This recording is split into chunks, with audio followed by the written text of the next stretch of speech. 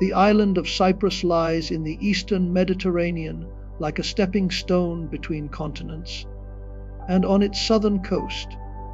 where the limestone cliffs meet the warm and sheltered waters of a natural bay, there stood for centuries a city called Citium, a Phoenician trading port where the air was always thick with the smell of salt and cargo and the sharp, briny scent of something far more valuable than gold. Tonight, as you settle into the warmth of your bed and let the weight of the day begin to loosen from your shoulders, we will travel to that ancient port, and we will follow a man named Zeno, a merchant who once believed that everything he needed could be measured in amphorae and accounting ledgers, and who discovered, on the far side of a storm, that the most valuable things in life cannot be stored in a warehouse or loaded onto a ship. Citium was not the largest city on Cyprus, nor the most powerful, but it was one of the most prosperous, and the reason for its prosperity lay in a single substance that the Phoenicians had been trading for generations, a dye extracted from the glands of small sea snails that lived in the shallow waters along the eastern Mediterranean coast, and which, when properly prepared, produced a color so deep and so vivid and so resistant to fading that it became the mark of royalty itself, the purple that clothed emperors and senators and the wealthiest families of the ancient world. The process of making this dye was long and labor-intensive, involving thousands of snails for even a small quantity of the finished product, and the vats in which it was prepared gave off a smell that was sharp and briny and slightly metallic, a smell that clung to the clothes and the hair and the skin of anyone who worked near them, and that became for the people of Citium the smell of prosperity itself, the scent of wealth being extracted from the sea one small shell at a time.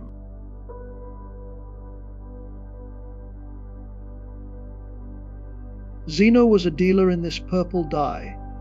and by the standards of his city and his time, he was a successful man, which is to say that his warehouses held a considerable quantity of the precious pigment, sealed in amphorae and ready for shipment to markets across the Mediterranean, and that his ledgers, which he kept with the meticulous care that all good merchants learn to apply to their records, showed a steady and encouraging pattern of profit and growth. He was perhaps in his 30s when we first encounter him, a man in the prime of his working life, with the weathered skin and calloused hands of someone who had spent years handling cargo and negotiating prices and standing on quaysides in the salt wind, watching his goods being loaded onto ships with the particular satisfaction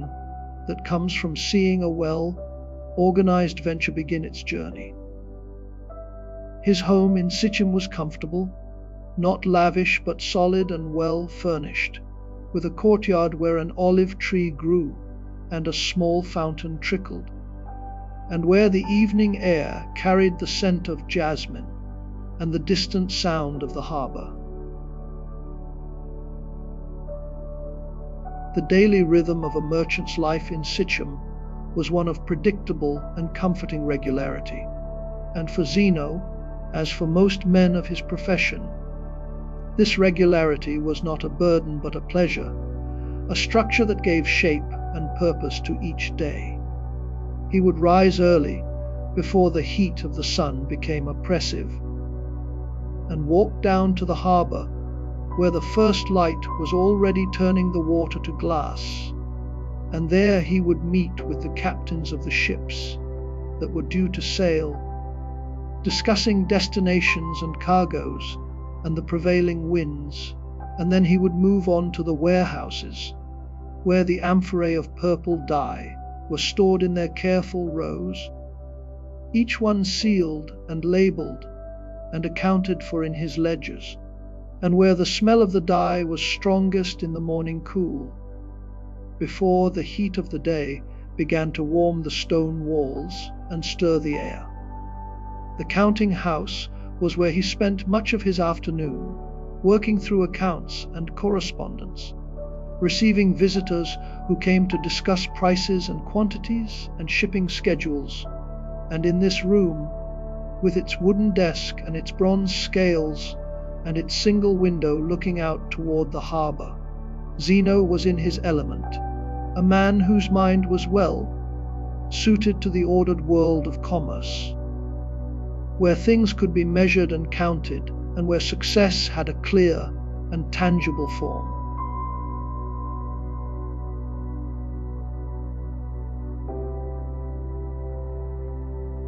The Phoenicians, from whom Zeno was descended, were among the greatest seafarers and traders the ancient world had ever known, and their network of colonies and trading posts stretched from the Levant to the western Mediterranean, from Carthage to Cadiz, and the people of Citium, though they had lived on Cyprus for generations, still considered themselves Phoenician in their customs and their language and their way of seeing the world. They were a practical people, these Phoenicians, not given to abstract speculation or idle philosophizing, but deeply skilled in the arts of navigation and negotiation and the management of complex commercial enterprises, and they understood the sea in a way that landlocked peoples never could, reading its moods and its currents the way a farmer reads the soil and the weather. And this understanding of the sea was, in a sense, their philosophy, a practical wisdom born of experience and necessity rather than of books and lectures. And Zeno, for all that he would one day become a philosopher himself, was in every respect a product of this tradition, a man who trusted in what could be weighed and measured and shipped, who believed that the world was best understood through the careful observation of cause and effect, and who found in the regular rhythms of trade and commerce a deep and abiding satisfaction. And yet there was in Citium, as in every the purple dye itself, was a substance of extraordinary potency, requiring thousands of the small murex sea snails to produce even a modest quantity of the finished pigment. And the process of extraction was one of the most labor-intensive and foul-smelling industries in the ancient world, for the snails had to be gathered by hand from the rocky shallows where they lived, and then crushed and left to steep in salt water for several days, during which time the glandular fluid that contained the pigment was slowly released and began to undergo the chemical transformations that would produce the deep and luminous purple for which it was prized. The smell of this process was notorious throughout the Mediterranean, a sharp and persistent reek that could be detected from a considerable distance, and the people of Citium, who had lived with this smell for generations, no longer noticed it in any conscious way, just as the people of any industrial town learn to filter out the particular odors of their own industry. But to a visitor the smell was unmistakable and not entirely pleasant, and it lingered in the clothes and the hair long after one had left the vicinity of the dye works. The finished dye, however, was a thing of genuine beauty, a deep and rich purple that had a quality of luminosity and depth that no other color in the ancient world could match. And a single garment dyed in genuine Tyrian purple was worth more than its weight in silver, for the purple was not merely a color but a symbol, a marker of status and authority that only the very wealthy and the very powerful were permitted to wear, and this combination of beauty and scarcity and symbolic meaning made it one of the most valuable commodities in the ancient Mediterranean a substance that could transform a modest fortune into a great one, or, as Zeno would one day discover, could be lost in a single night and leave a man with nothing but his life and the salt-crusted clothes on his back. Port City, awareness of the wider world that lay beyond the horizon, for the ships that came and went from the harbor carried not just cargo but news, stories of distant places and strange customs and remarkable people. And among these stories there were some that spoke of Athens, the city on the mainland of Greece that was said to be the center of all learning and philosophy, where men gathered in colonnades and debated the nature of the good life and the structure of the cosmos, and where a man named Socrates had once walked through the marketplace asking questions that made everyone around him uncomfortable. And Zeno had heard these stories, of course, as every educated person in the Mediterranean world had heard them, but they had never seemed particularly relevant to his life, which was the life of a merchant, concerned with practical matters, and which seemed to him to be complete and sufficient as it was. He could not have known, as he sat in his counting house on an ordinary afternoon in Citium, his ledgers open before him, and the sound of the harbor drifting through his window, that within a matter of weeks he would stand barefoot on a beach he had never seen, with nothing to his name but the salt-crusted tunic on his back, and that this complete and sufficient life would be gone, not gradually but all at once, carried away by wind and water in the space of a single night. As you settle deeper into your bed tonight, and the warmth of the covers wraps around you, let the story of this man carry you gently forward, for his is a story about finding something precious in the place where you expected to find nothing at all.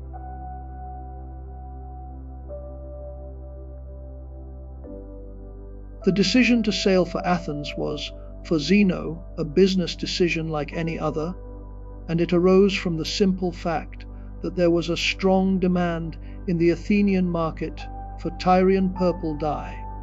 and that the current price differential between Citium and Athens made the voyage well worth the investment of time and cargo space. The preparations took several days, during which the amphorae were carefully selected from the warehouse stores, each one inspected for cracks or flaws that might compromise the seal, and then carried down to the harbor on wooden carts whose wheels rattled over the stone, paved streets in a sound that was as familiar to Zeno as his own breathing. The ship that would carry them was a sturdy merchant vessel, not large but well maintained, with a single square sail and a hull that had been through many voyages and bore the marks of the sea on every plank and beam. And Zeno supervised the loading of his cargo with the close attention that characterized everything he did in his professional life, checking that each amphora was properly cushioned and secured, that nothing would shift or break during the voyage, and that the manifest accurately reflected what was stored in the hold. The morning of departure was clear and bright, with a light breeze blowing from the northwest, and the sea around the harbor was calm, its surface a smooth and glassy teal that reflected the sky like a polished mirror. And as the crew made ready, and the last ropes were cast off, and the sail began to catch the wind, Zeno stood at the stern rail and watched the coast of Cyprus slowly begin to recede, the white limestone buildings of Citium growing smaller and smaller, until they were just a smudge of warm light against the dark rock of the cliffs, and then just a memory, a shape that the mind held even after the eyes could no longer find it. The voyage from Cyprus to the Piraeus, the port of Athens, was not a short one, and it followed a route that took the ship across the open waters of the eastern Mediterranean, past the southern coast of Crete, and then northwest through the Cyclades, a chain of islands scattered across the Aegean Sea like stepping stones, and under favorable conditions the journey could be made in a matter of days. With fair winds and clear skies, and a sea that was more companion than adversary, and in the first hours of the voyage it seemed as though these favorable conditions would hold, for the breeze was steady, and the sky was cloudless, and the ship moved through the water with an ease that suggested. The cargo held in the ship's hull represented, in tangible and measurable form, the accumulated work of months. The negotiations with the dye producers, and the careful selection of the finest amphorae, and the meticulous loading that Zeno had supervised personally, and the total value of what lay below deck was considerable, enough to sustain a comfortable household in Citium for several years or to fund a dozen new ventures. And yet, as Zeno stood on the deck and felt the ship move beneath his feet with the easy rhythm of a vessel that is well found and well handled, the cargo did not occupy his thoughts in the way that it usually did, for at sea, separated from the warehouses and the counting house and the daily routines of commercial life, the amphorae of purple dye seemed to exist in a different context, less as the foundation of his prosperity, and more as a responsibility that he carried, a weight in the hold that required his attention, but that did not define who he was. And this subtle shift in perspective, which he would not have been able to articulate, and which he would not have thought significant at the time, was, in retrospect, one of the first signs that the merchant's understanding of the relationship between a person and their possessions was not as solid and unshakable as he had always assumed. The sea itself was willing the journey forward.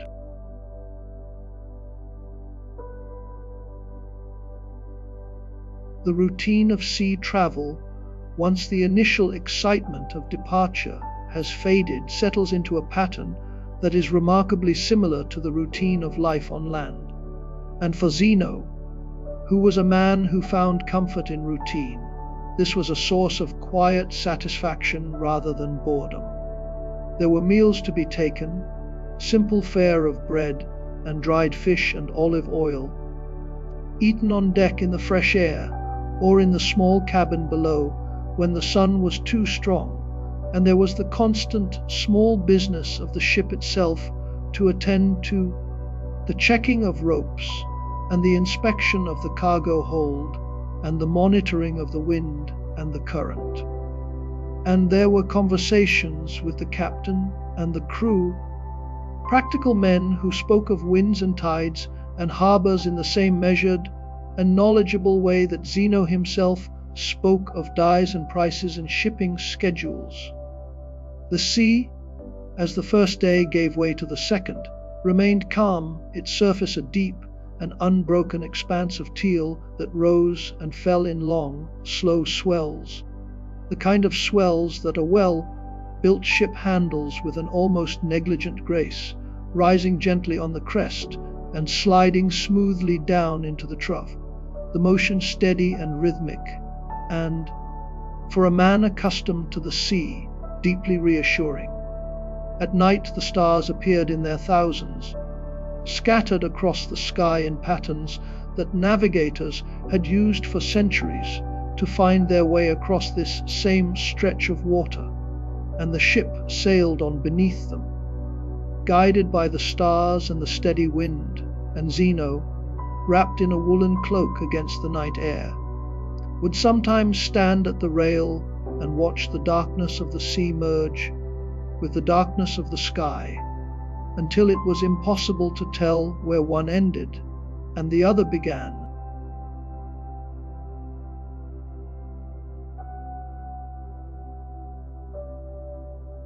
It was on the third day, or perhaps the fourth,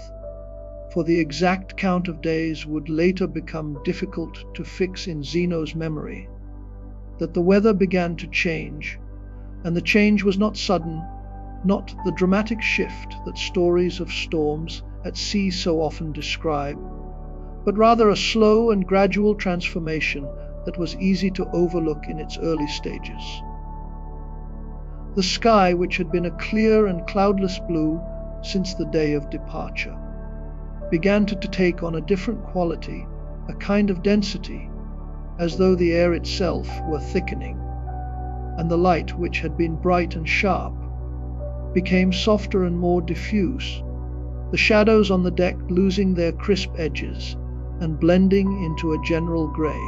that seemed to seep upward from the surface of the sea. The wind, too, changed, shifting from the steady northwest breeze that had been pushing the ship so comfortably toward its destination, becoming fitful and uncertain, gusting from one direction and then another, as though the air itself were confused about which way to blow, and the crew, who were experienced men and who read the weather the way a scholar reads a text, began to move about the deck with a quiet purposefulness that Zeno recognized as the beginning of preparation, the stowing of loose items and the checking of ropes and the tightening of sails that signals the expectation of rough weather ahead. And still the change was gradual, and the sea, though no longer glassy, was not yet threatening, its surface roughened by the shifting wind into a texture of small, choppy waves that made the ship begin to move in a less comfortable rhythm, rising and falling more abruptly, the motion no longer smooth and rocking but sharper, more unpredictable. And Zeno, who was not a superstitious man, felt the first faint stirring of something that was not quite fear, but was certainly a heightened awareness, a sharpening of attention that came from recognizing that the sea, which had been a companion for the first days of the voyage, was at night. The stars appeared in their thousands, scattered across the sky in patterns that navigators had used for centuries to find their way across this same stretch of water, and the ship sailed on beneath them, guided by the stars and the steady wind, and Zeno, wrapped in a woolen cloak against the night air, would sometimes stand at the rail and watch the darkness of the sea merge with the darkness of the sky, until it was impossible to tell where one ended and the other began, and in that merging there was a kind of peace, a dissolution of the boundaries that usually separate one thing from another, sky from water, self from world. And for a merchant who had spent his life drawing boundaries between what was his and what was not, between profit and loss, between success and failure, this experience of boundarylessness was strange and not entirely comfortable. And yet it was also, in a way that he could not have articulated, deeply attractive, for it suggested a way of being in the world that did not depend on the careful maintenance of categories and distinctions, a way of being that was, if not exactly carefree, then at least free of the particular kind of care that comes from having something to lose. Beginning to show a different aspect of its character.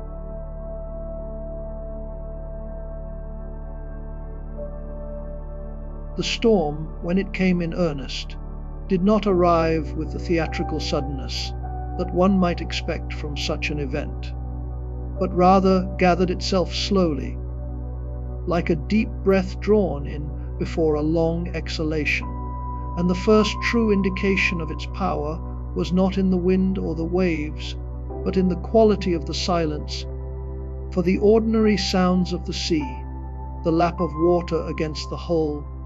and the creak of the timbers and the cry of the gulls were gradually swallowed by a larger and more encompassing sound, a low and continuous roar that seemed to come from every direction at once, as though the sky itself were groaning. The wind, which had been fitful and uncertain, now settled into a single sustained direction, blowing from the southeast with a force that pressed against the ship's side and caused the sail, already partially furled, to strain at its ropes with a sound like a man holding his breath, and the sea, responding to this wind, began to change in a way that was both gradual and inexorable, the small choppy waves giving way to longer and higher swells that rose and fell with a slow and terrible weight, each swell lifting the ship high and then dropping it into a trough that seemed, for a moment, as though it might never end.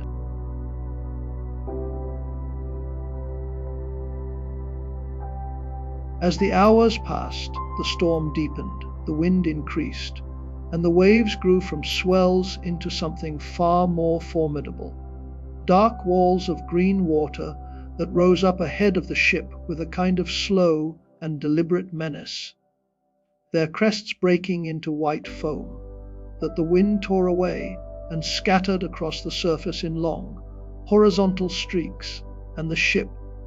which had handled the early stages of the storm with its customary competence, now began to show signs of strain, the timbers groaning in a way that Zeno had never heard before, a sound that was not the normal creak of a ship working in a sea, but something deeper, something that spoke of wood being pushed beyond the limits for which it had been designed. The crew worked with a focused and desperate efficiency, adjusting the rigging, bailing water that was finding its way below deck through seams and joints that the pounding of the waves had begun to open, and steering the ship as best they could through the chaos of wind and water. And Zeno, who was not a sailor but a merchant, helped where he could, hauling on ropes and manning the bilge pump, his hands blistering and his clothes soaked through with spray and rain. And in the midst of this labor, with the wind screaming and the waves crashing and the ship shuddering beneath his feet, he became aware of a sound that was different from all the other sounds of the storm, a cracking sound, deep and resonant, that seemed to come from the very spine of the vessel itself.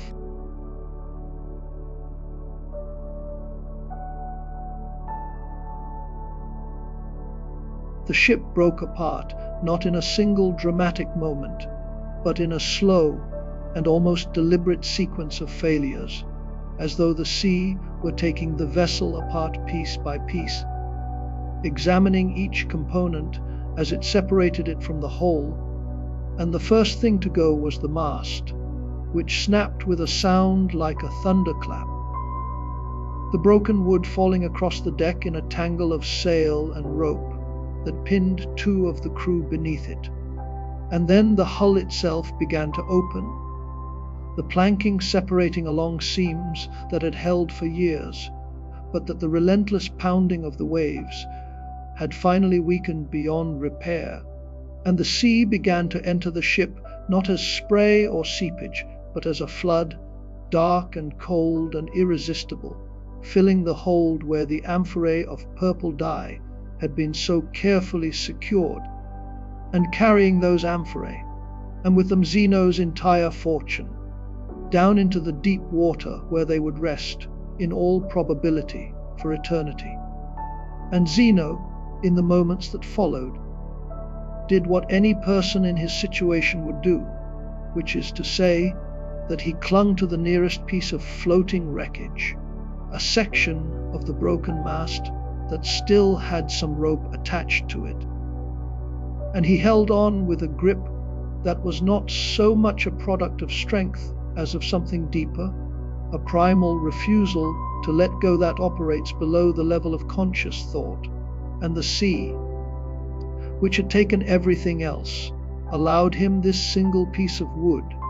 this fragment of the ship that had been his means of livelihood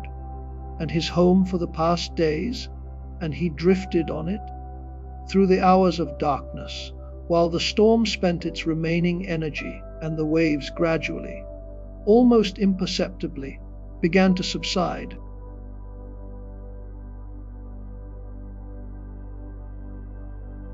The time that Zeno spent drifting on the open sea is difficult to measure, for in the darkness and the cold and the physical exhaustion that followed the storm, the ordinary markers of time, the passage of hours and the movement of the sun, lost their meaning, and the experience became one of sustained and dreamlike suspension, a kind of living interval between what had happened and what would happen next, during which there was nothing to do but hold on and breathe, and wait for the sea to deliver whatever it chose to deliver. The water was cold, and the cold was not the sharp cold of winter, but a deeper, more penetrating cold that seemed to seep through the skin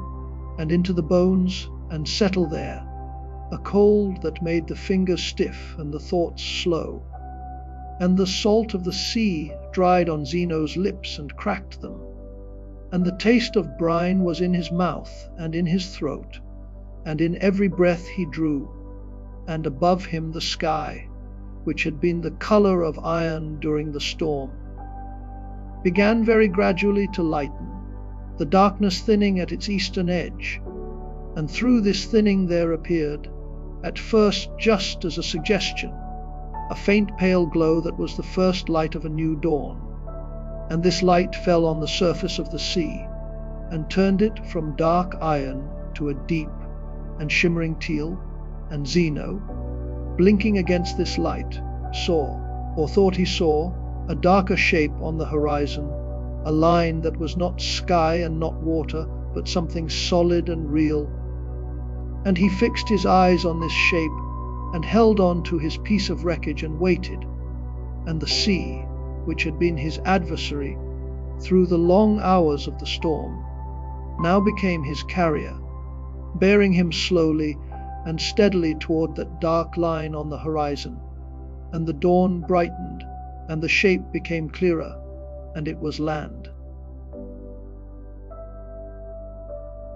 The shore where Zeno finally came to land was a rocky beach,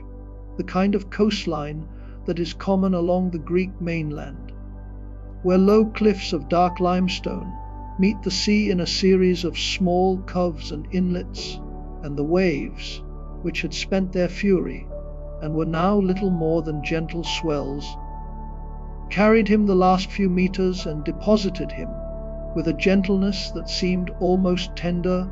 after the violence of the storm, on the wet sand at the water's edge. And he lay there for some time, half in the water and half on the sand, too exhausted to move, his fingers still gripping the piece of wreckage that had brought him through the night, his body aching in every joint and muscle, and his mind, which had been focused for so long on the simple act of survival, now began, very slowly, to take stock of what had happened. The cargo was gone, every amphora of purple dye, every sealed jar, every ounce of the substance that had been his livelihood and his wealth was now at the bottom of the Mediterranean. And the ship was gone, and the crew, some of them, were gone, and the ledgers that had recorded his accounts and his correspondences and the accumulated details of his commercial life were gone, and the clothes he wore were torn and salt-stiff and offered little protection against the morning air, which was cool and carried the scent of thyme and wild herbs from the rocky ground above the beach. He stood up slowly, his legs unsteady beneath him, and he looked at the world around him, the unfamiliar shore and the unfamiliar sea, and the distant cluster of buildings that stood on the low hills above the harbor. And he understood, with a clarity that was both painful and strangely clean,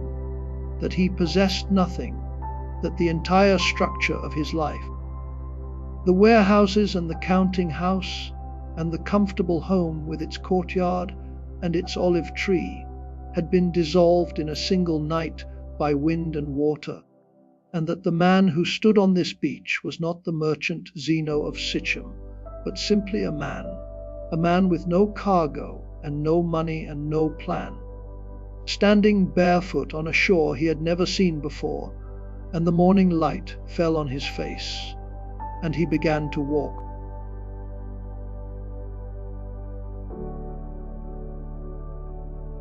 The city of Athens,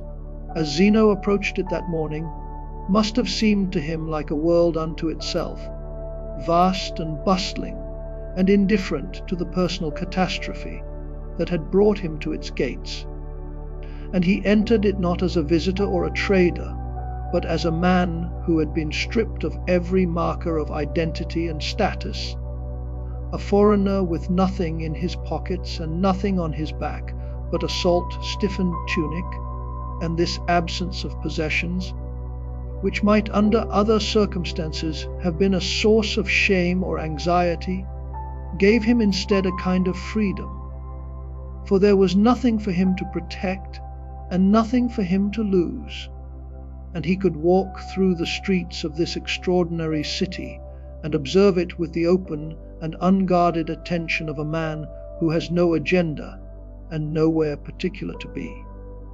The agora, the great marketplace and civic center of Athens, was the heart of the city's public life, a large rectangular space surrounded by colonnades and temples and public buildings, where merchants sold their wares and citizens gathered to discuss politics, and philosophers argued about the nature of reality, and the noise and color and activity of the place were overwhelming to a man who had spent the previous hours clinging to wreckage in a dark sea. For here was everything that the ocean was not: solid ground beneath his feet, and buildings that did not move, and people going about the ordinary business of living as though the world were a stable and predictable place. He drifted through the agora in something of a daze, his body still aching from the ordeal at sea, his mind not yet fully engaged with the reality of his surroundings, and it was in this state of wandering, half-awareness, that he came upon the bookshop, a small establishment tucked into a colonnade near the edge of the marketplace, its entrance marked not by a sign, for such things were rare in the ancient world, but by the sight of papyrus scrolls arranged on wooden shelves just inside the doorway, and by the smell, which reached him before he was fully inside, a smell of cedar wood and ink and lamp oil, and the faintly vegetable scent of papyrus itself, a smell that was, to anyone who loved books, one of the most comforting and evocative scents in the world, and which drew Zeno inward as surely as a current draws a boat. The interior of the shop was cool and dim, the light entering through the doorway, and through a small window high in the back wall, and on every side the shelves rose from floor to ceiling, each one filled with scrolls arranged in their wooden cubbies, each scroll with a small tag attached to its end identifying its contents, and the bookseller, who was an older man with the quiet and unhurried manner of someone who has spent his life among books, and has learned that the important things are not urgent, looked up from the scroll he was reading and nodded a greeting that was neither curious nor dismissive, simply the acknowledgement of one person by another in a place where people came and went with the regularity of the tides.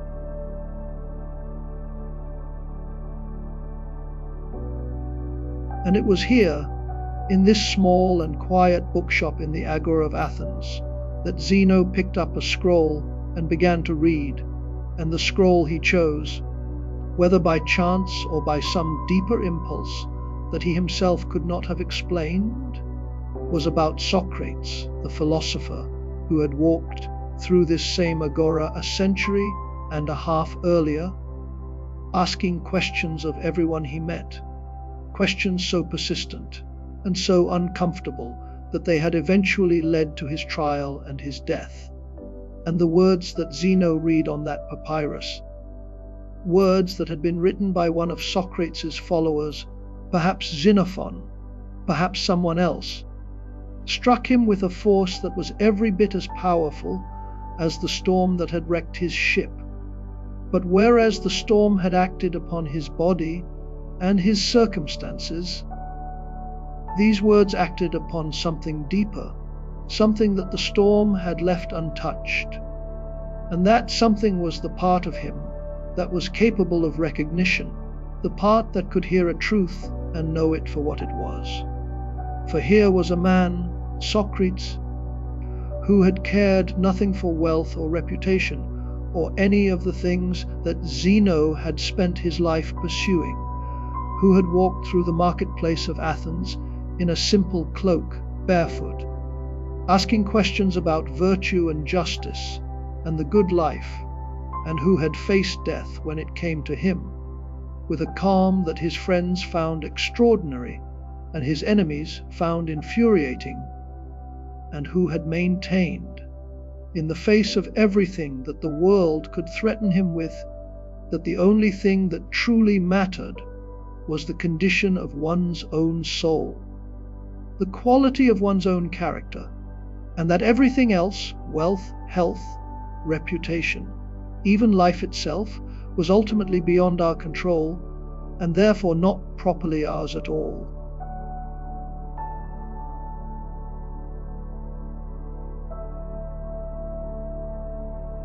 Zeno read, and as he read, something shifted inside him, not dramatically,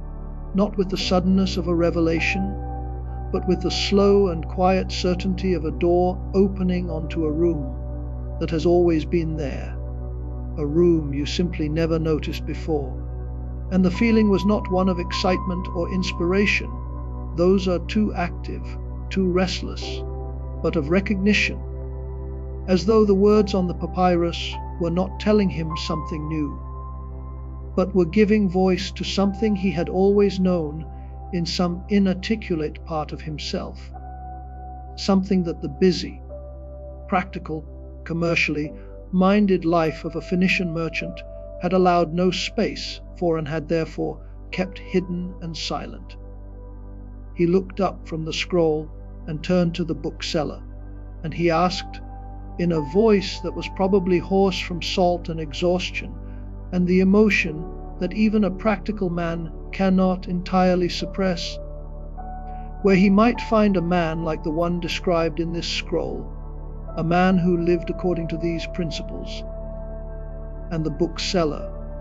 who had seen many people come through his shop over the years, and who had developed a quiet sensitivity to the quality of a reader's attention, looked at Zeno for a moment, this wet and disheveled foreigner standing in his bookshop with a scroll about Socrates in his hands. And then he pointed, through the doorway and across the agora,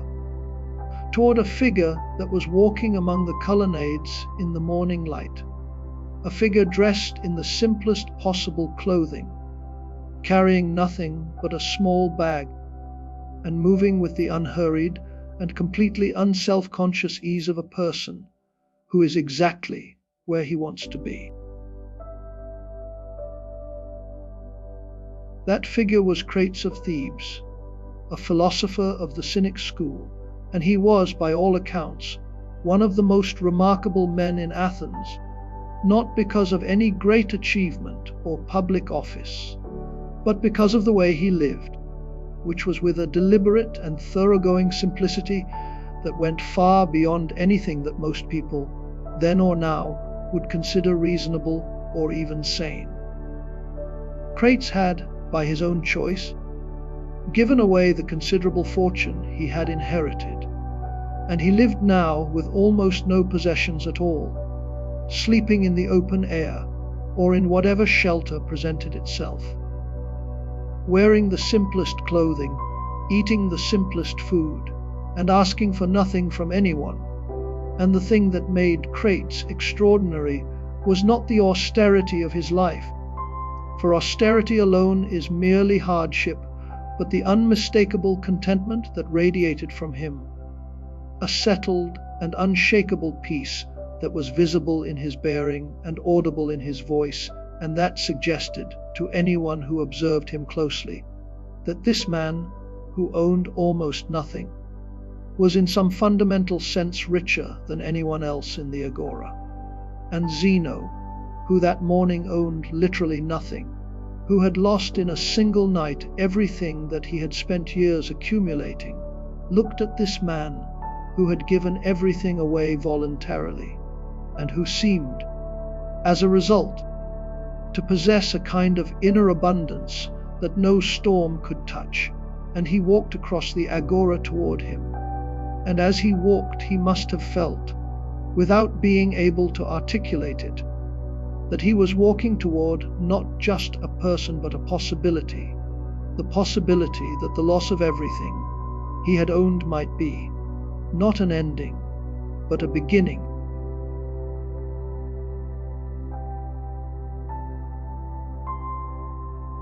The conversation between Zeno and Crates,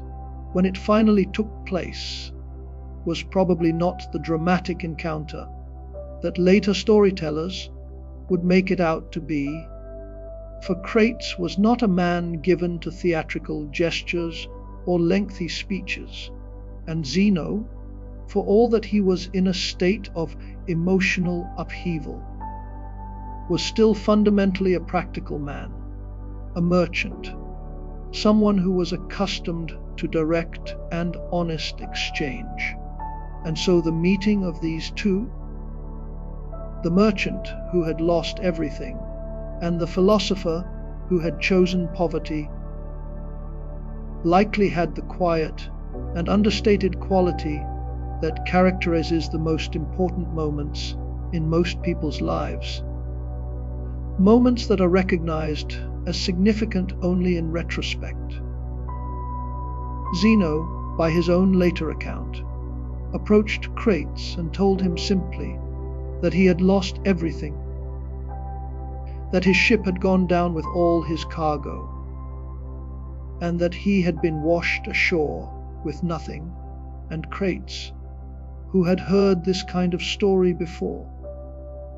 for the sea took things from people all the time,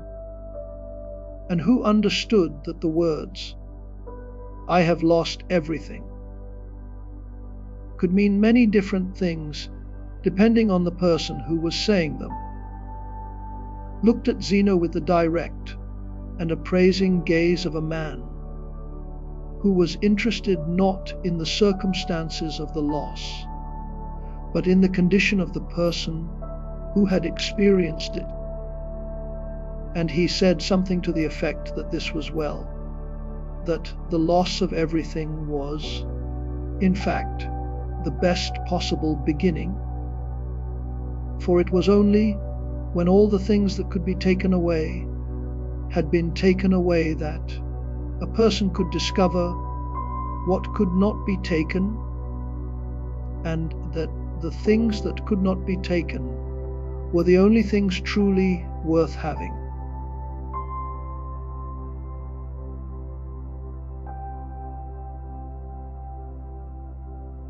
The teaching of Crates,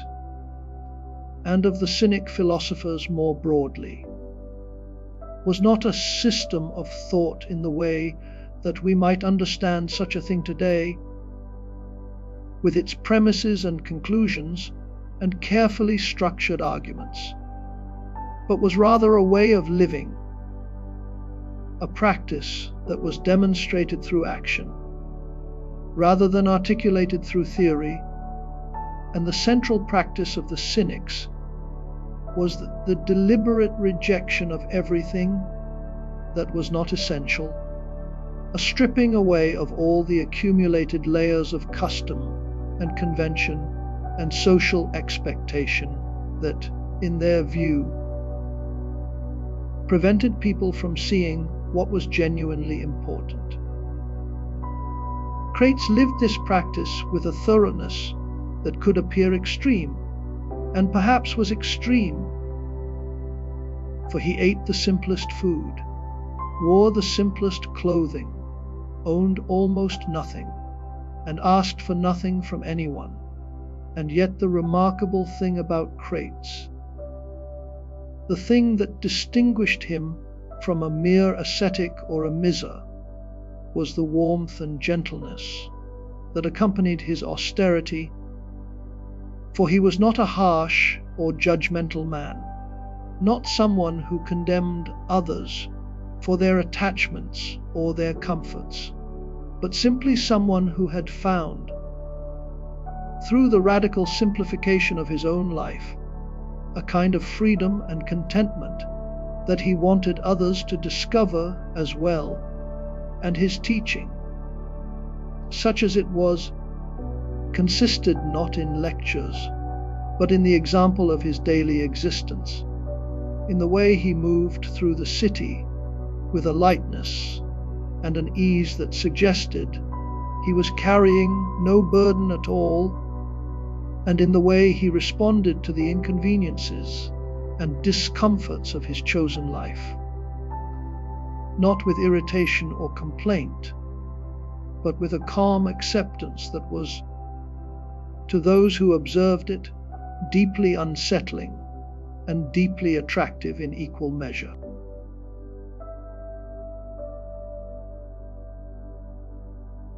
Zeno, who had spent his entire adult life in the pursuit and accumulation of material wealth, might have been expected to find Crates' way of living not merely foreign, but actively repellent,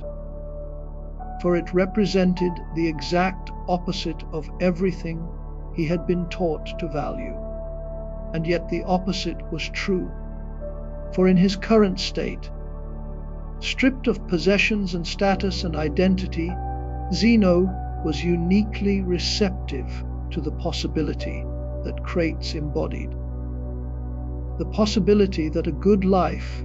did not depend on the things he had lost, and that the freedom Crates displayed was not the freedom of someone who had nothing to lose, which is merely the freedom of despair, but the freedom of someone who had discovered that there was nothing worth losing in the first place. And this distinction, which is subtle but enormous, was the beginning of Zeno's philosophical education. He began to follow Crates through the streets of Athens, sitting with him in the agora, listening to his conversations, observing the way he interacted with the people he met. And in these observations, Zeno began to see, with the slow clarity that comes from sustained attention rather than from sudden insight, that Crates' contentment was not a performance or an affectation, but was genuine and deeply rooted, arising not from a lack of desire, but from a different understanding of what was desirable, and that this understanding, once grasped, had the power to change not just how a person thought, but how a person felt, how a person moved through the world, how a person responded to the 1,000 small losses and frustrations that constitute the ordinary texture of a human life. The early days of Zeno's life in Athens must have been, in practical terms, quite difficult, for he was a foreigner with no connections and no resources, and the generosity of Crates, who shared what little he had with the same unself-conscious ease with which he shared his philosophical insights, could only go so far. And there were nights when Zeno slept on the ground, and days when he ate very little. And yet the remarkable thing, the thing that he would later point to when people asked him about the origins of his philosophy, was that these deprivations, which would have been unbearable to the merchant he had been, were not unbearable to the man he was becoming. And this was not because he had developed a taste for hardship, for Zeno never romanticized poverty or discomfort, but because he was beginning to understand, in a way that went beyond intellectual assent and into the realm of actual experience, that the things he had lost, the cargo and the ship, and the warehouses and the counting house, had never been the source of his well-being in the first place, and that the anxiety and the striving and the constant concern for the security of his possessions, which he had always accepted as the necessary price of a successful life, were in fact unnecessary burdens that he had been carrying without knowing it, and that their removal, far from leaving him diminished, had left him, in certain important respects, lighter, more present, more capable of paying attention to the world around him and to the daily life of a student of philosophy in Athens was, in its outward details, remarkably simple, and this simplicity was not a hardship imposed by poverty, at least not in the early weeks, when Crates' hospitality and the informal economy of the philosophical schools ensured that no serious student went hungry, but was rather a deliberate stripping away of the non-essential, a practice that corresponded to the content of the teaching itself. And for Zeno, who was still adjusting to the absence of the comforts and routines that had structured his life in Citium, this simplicity was both a challenge and a revelation. A challenge because the habits of a lifetime are not easily abandoned, and a revelation because the absence of those habits revealed, with a clarity that was sometimes uncomfortable, just how much of his previous life had been structured not by genuine need, but by the expectations and conventions of the merchant class. He ate what was offered, and it was enough. He slept where he found shelter, and it was sufficient. He wore what was given to him, and it kept him warm. And in the space that had been occupied in his previous life by the constant management of possessions and the constant anxiety about their security, there now opened up a kind of mental and emotional room, a spaciousness that allowed him to pay attention to things that the busyness of his commercial life had always crowded out. The texture of the morning light on the marble columns of the agora, the sound of the wind moving through the olive trees on the slopes of the Acropolis, the quality of silence that settles over a city in the hours before dawn, when even the dogs are quiet and the only sound is the distant murmur of the sea.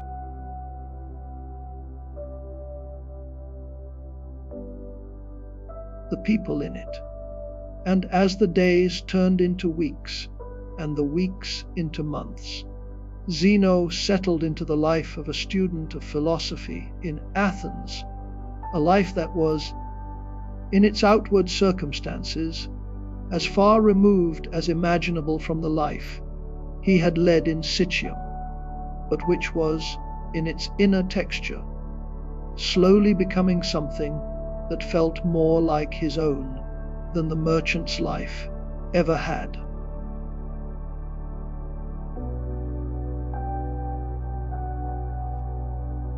The years that Zeno spent as a student in Athens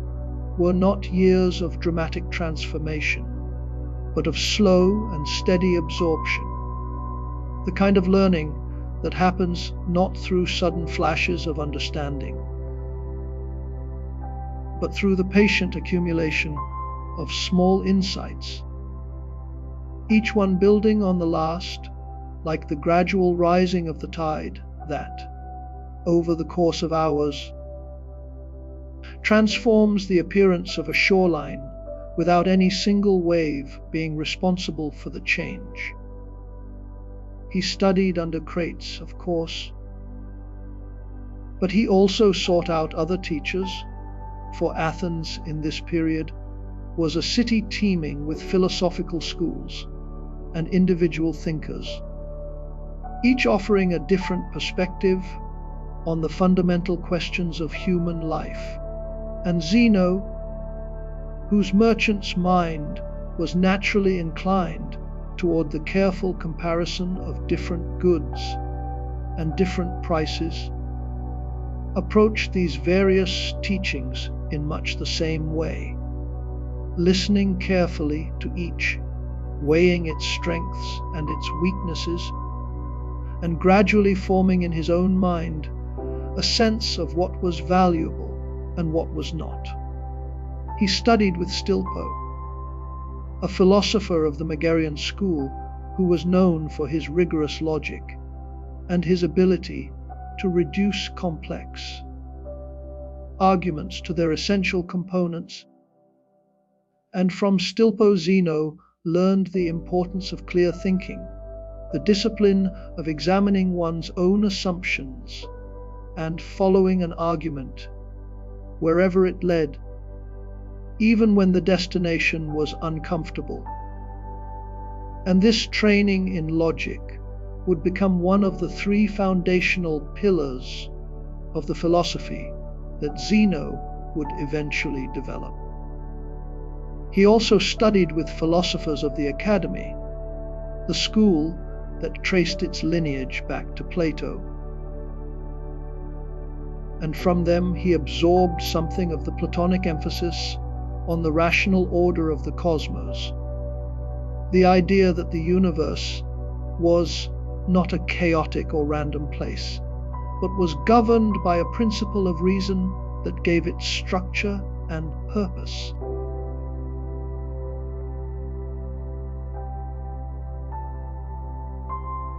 What gradually distinguished Zeno from the other students and thinkers in Athens was not the brilliance of his intellect, though he was clearly intelligent, nor the depth of his learning, though he was widely read, but something more practical and more grounded, a quality that derived, perhaps, from his years as a merchant,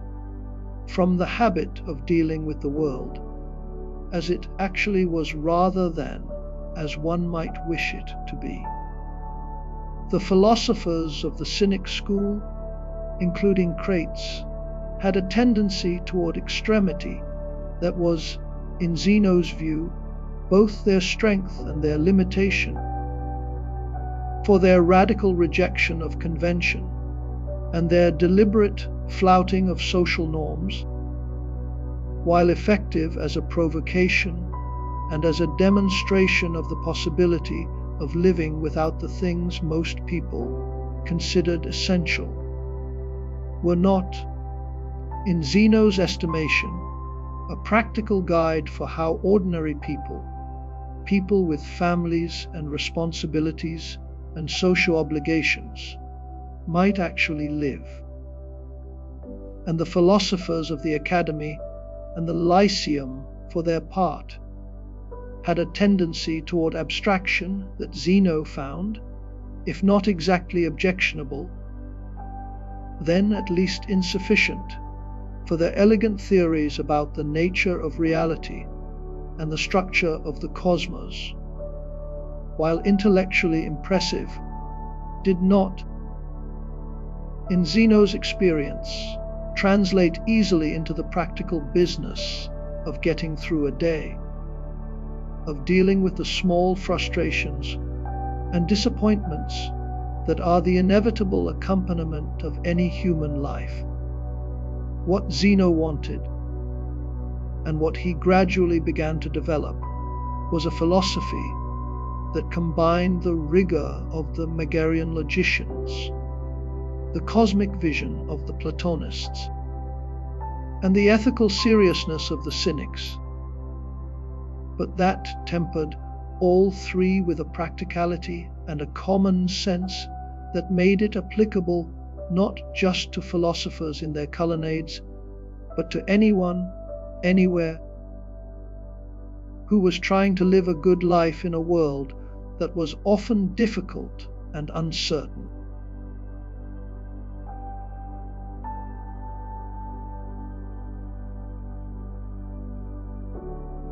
The passage of time in a life devoted to study has a quality that is different from the passage of time in a life devoted to commerce.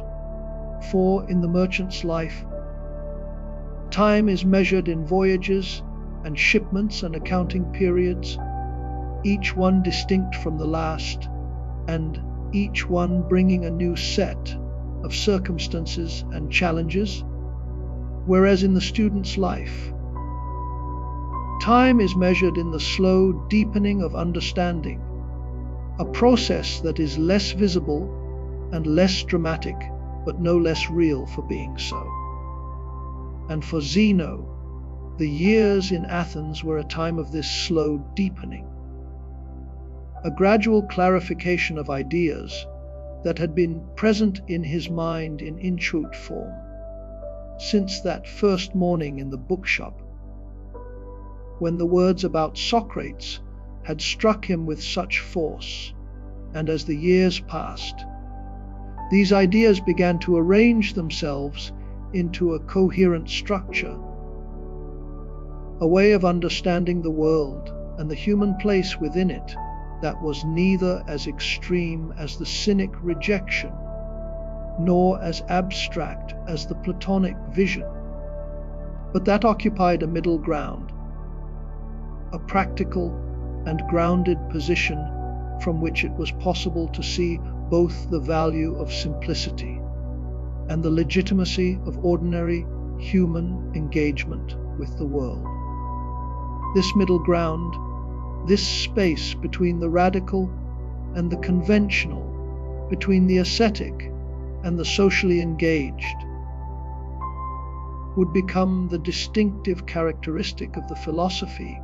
that Zeno eventually founded. And it would be the source of its enduring appeal, for it spoke to people who were not prepared to abandon their homes and their families and their work, but who sensed, as Zeno himself had sensed in the bookshop, that there was something more to life than the accumulation and protection of material possessions. The intellectual climate of Athens in this period was extraordinarily rich, and Zeno was not the only thinker who was trying to forge a new path between the existing schools. For the decades following the death of Aristotle had been a time of philosophical ferment, with new schools emerging and old ones adapting. And the questions that these schools addressed were the perennial questions of human existence, questions about the nature of the good, the structure of the cosmos, the reliability of human knowledge, and the possibility of living well in a world that contained both beauty and suffering in abundance. What Zeno brought to this ferment was something that none of the other thinkers possessed, which was the perspective of a man who had lived in the practical world of trade and commerce, and who had experienced in the most direct and visceral way possible, the fragility of material wealth. For Zeno did not need to be persuaded, through philosophical argument, that the things of the world were unreliable and subject to sudden loss, because he had lived through that loss. He had felt the sea take his ship and his cargo and everything he owned, and he knew, not as an abstract proposition,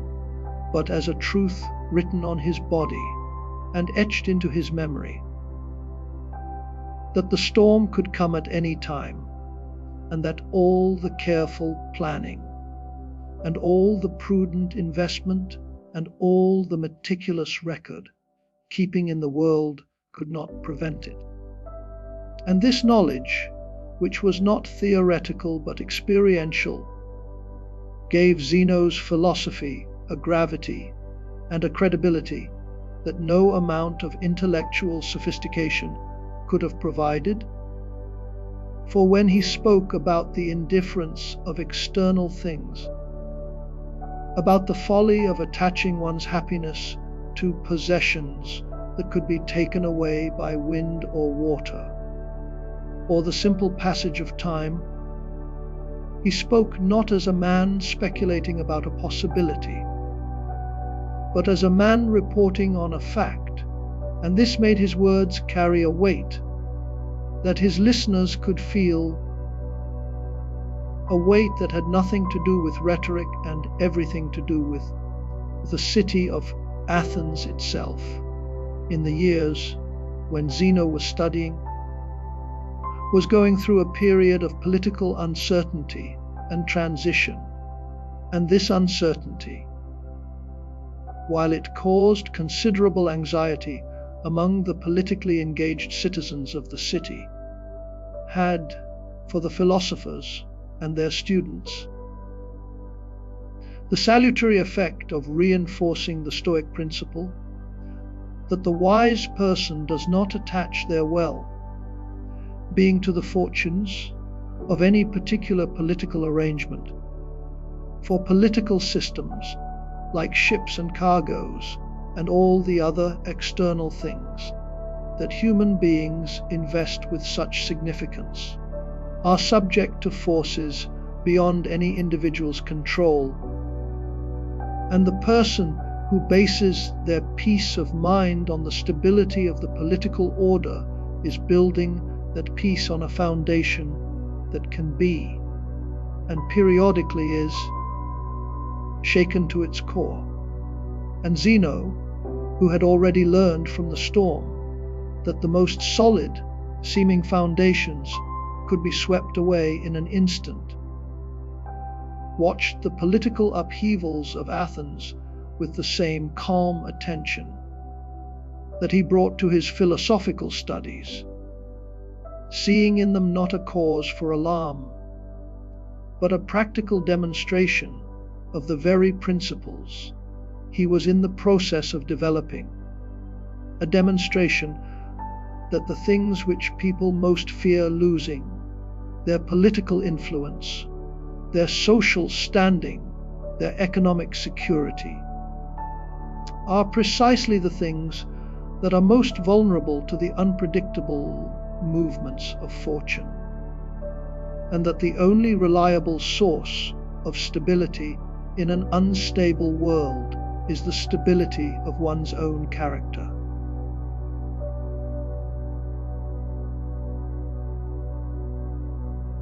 The unmistakable authority of lived experience. As the evening settles around you now,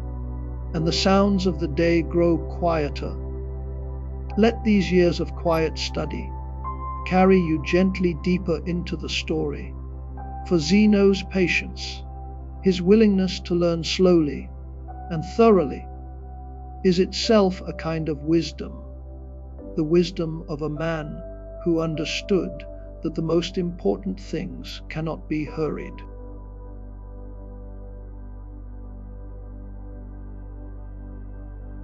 The place where Zeno chose to teach was called the Stoa Poikile, which means the painted colonnade, and it was a long, covered walkway that stood at the northern edge of the Athenian agora, a public space that was open to anyone who wished to walk beneath its cool marble columns, or sit on its worn stone benches, or simply stand and look at the paintings that decorated its rear wall. For it was these paintings, depicting scenes from the Battle of Marathon and other great events of Greek military history, that gave the colonnade its name, and they served, whether intentionally or not, as a reminder that the world was larger than any single life, that it contained events and forces and currents of history that dwarfed the individual, and that a proper understanding of one's place in this larger world required, among other things, a willingness to see beyond the boundaries of one's own concerns and preoccupations. The Stoa was not a private building, not a school in the institutional sense, not a place that one had to be admitted to or pay to enter, but was simply a colonnade, a covered walkway in a public space. And this was entirely deliberate on Zeno's part, for he wanted his teaching to be accessible to anyone, not just to those who had the leisure and the resources to pursue formal philosophical study. And the fact that he chose to teach in a public colonnade, open to the sounds and sights and smells of the marketplace, rather than in a private garden or a dedicated school building, said something important about the kind of philosophy he was developing, a philosophy that was meant to be lived in the world, not apart from it.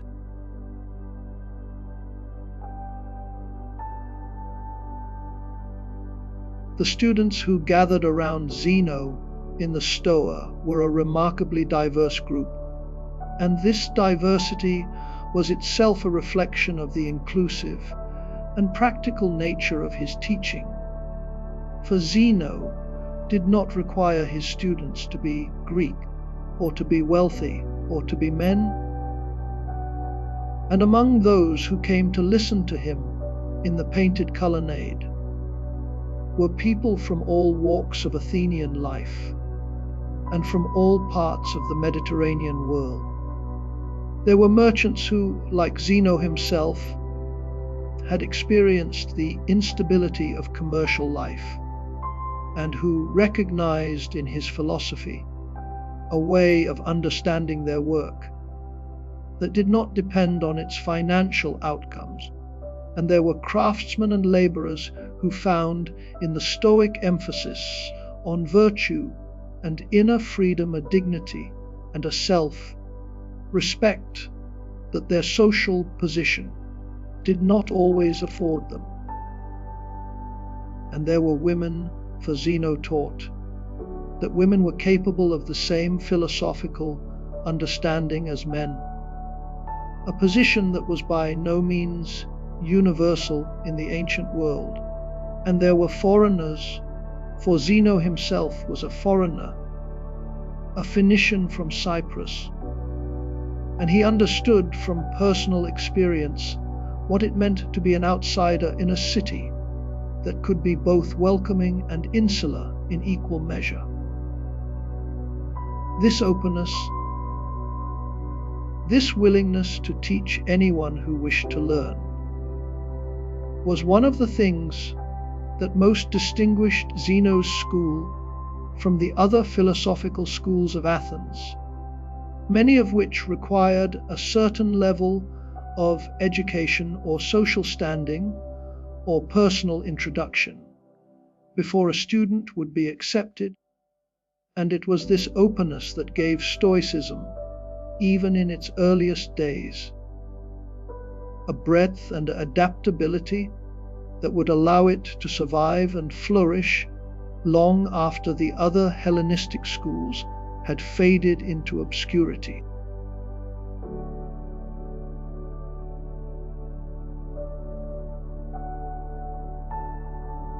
The teaching style of Zeno was, by all accounts, characterized by a dryness and a directness that would have been familiar to anyone who had spent time in the company of Crates. For Zeno had absorbed from his Cynic teacher not just philosophical ideas, but a manner of expression, a way of speaking that avoided ornament and rhetoric and got straight to the point. And this directness was, for his students, both refreshing and occasionally disconcerting. For Zeno did not flatter his listeners and did not soften the implications of his philosophy. And when he said that external things, wealth and reputation and health, and even life itself, were not truly good, but merely preferred or dispreferred indifference, he meant it literally and completely. And he expected his students to take him seriously. And yet there was in Zeno's manner a warmth that distinguished him from the more austere cynics, a kindness that expressed itself not in sentimental gestures, but in the steady and patient attention he gave to each person who came to him with a question or a difficulty. And his students, who came from so many different backgrounds and brought with them so many different kinds of confusion and suffering, found in him not a distant or aloof figure,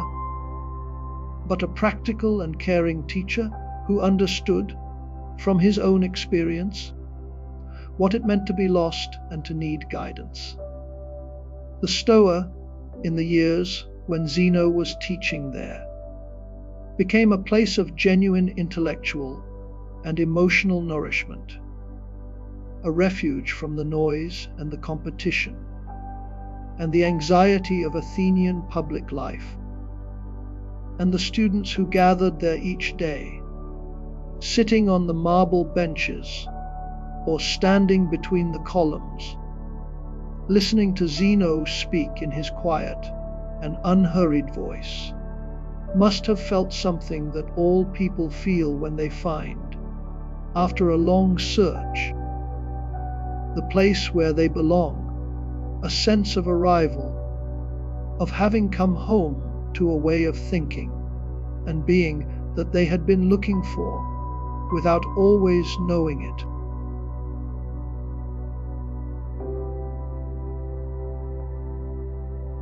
The painted walls of the Stoa, with their depictions of the Battle of Marathon and other scenes of Greek heroism, provided a backdrop to Zeno's teaching that was, whether he intended it or not, richly appropriate, for the Battle of Marathon was, in the Greek imagination, the archetypal example of courage in the face of overwhelming odds, of a small force standing firm against a much larger one. And the parallel with the Stoic understanding of human life was, if not exact, then at least suggestive, for Stoicism taught that the wise person, like the warrior at Marathon, must stand firm against the forces that threaten to overwhelm them, not with the weapons of war, but with the weapons of reason and self-control, and the calm acceptance of what cannot be changed. And there was, in the quiet of the colonnade, with the paintings on the wall depicting scenes from a battle fought generations earlier, and with the sounds of the agora drifting in from the open side of the walkway, a sense of continuity, a feeling that the questions Zeno was addressing were not new questions, but were the same questions that human beings had been asking since the beginning of civilization, and that the answers he was offering, while distinctive in their formulation, were part of a much older, and much the students of the Stoa came, in many cases, from backgrounds that were very different from Zeno's own, and this diversity of experience was, in Zeno's view, one of the strengths of his school, for it meant that the philosophy was tested against the realities of many different kinds of lives, not just the lives of wealthy Athenian citizens with the leisure to pursue philosophical study. And the questions that these students brought to the Stoa reflected the full range of human concerns.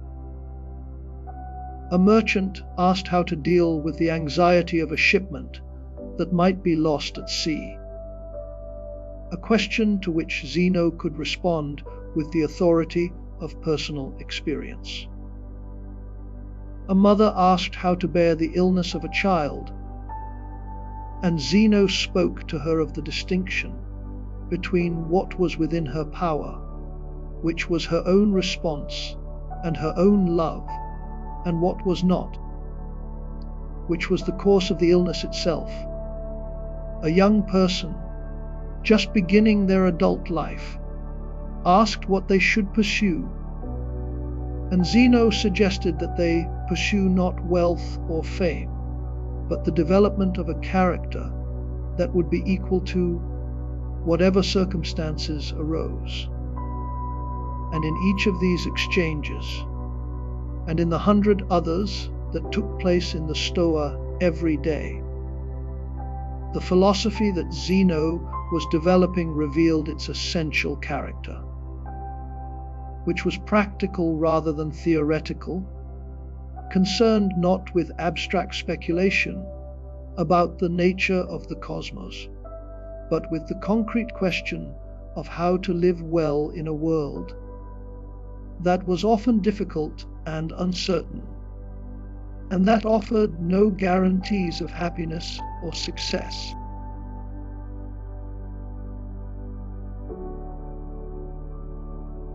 Larger conversation about what it means to live well. The Stoa Poikile was, in this sense, the perfect home for Zeno's philosophy, for it was a place that was both public and contemplative, both practical and beautiful, and it embodied, in its very architecture, the balance between engagement with the world and withdrawal from it that was at the heart of everything Zeno taught.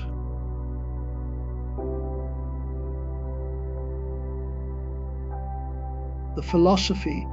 that Zeno developed over his years of study and teaching was built, as he himself organized it, upon 3 interconnected pillars. And these 3 pillars corresponded to the 3 fundamental areas of philosophical inquiry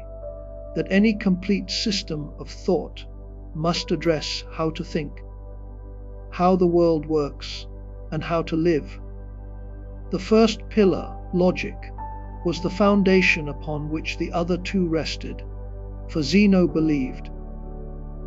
with a conviction that derived from his training with the Megarian logicians, that clear thinking was not merely a useful skill, but a moral necessity, that the ability to examine one's own beliefs, to identify the assumptions upon which they rested, and to follow the implications of those beliefs to their logical conclusions, was essential to living well, because most of the suffering that people experience, in Zeno's view, arises not from external circumstances, but from mistaken judgments about those circumstances, from the habit of telling ourselves that things are good or bad, when in fact they are merely happening, and that the way to reduce this suffering is not to change the world, which is largely beyond our control, but to change the way we think about the world,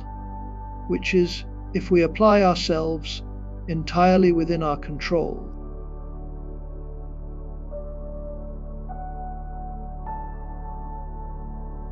The second pillar of Zeno's philosophy was what the Greeks called physics, though this term encompassed far more than what we mean by physics today. For it included not just the study of the natural world, but the entire question of how the cosmos was structured and what principles governed its operation. And Zeno's answer to this question was,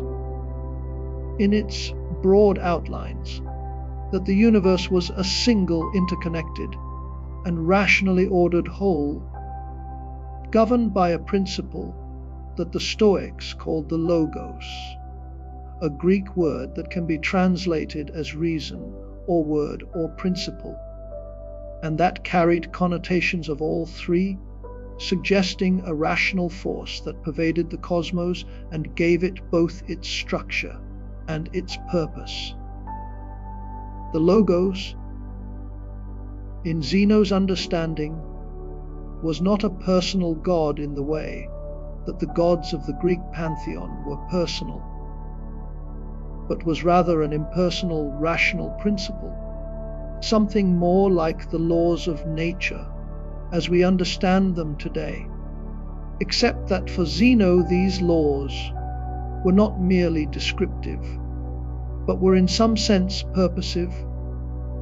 carrying within them an intention toward order and harmony and the flourishing of the whole. Everything that existed, from the largest star to the smallest grain of sand, was part of this single rational order, and everything that happened, from the movement of the planets to the growth of an olive tree to the actions of a human being, was an expression of this order, and the implication of this view, which was both profound and in some ways deeply comforting, was that nothing in the universe was random or meaningless, that everything was connected, and that the human being, far from being an alien or an intruder in the natural world, was a part of it, a participant in the rational order that pervaded all things, and that the task of human life was not to resist this order or to rebel against it, but to understand it and to align oneself with it, to live, as Zeno would have said, in accordance with nature.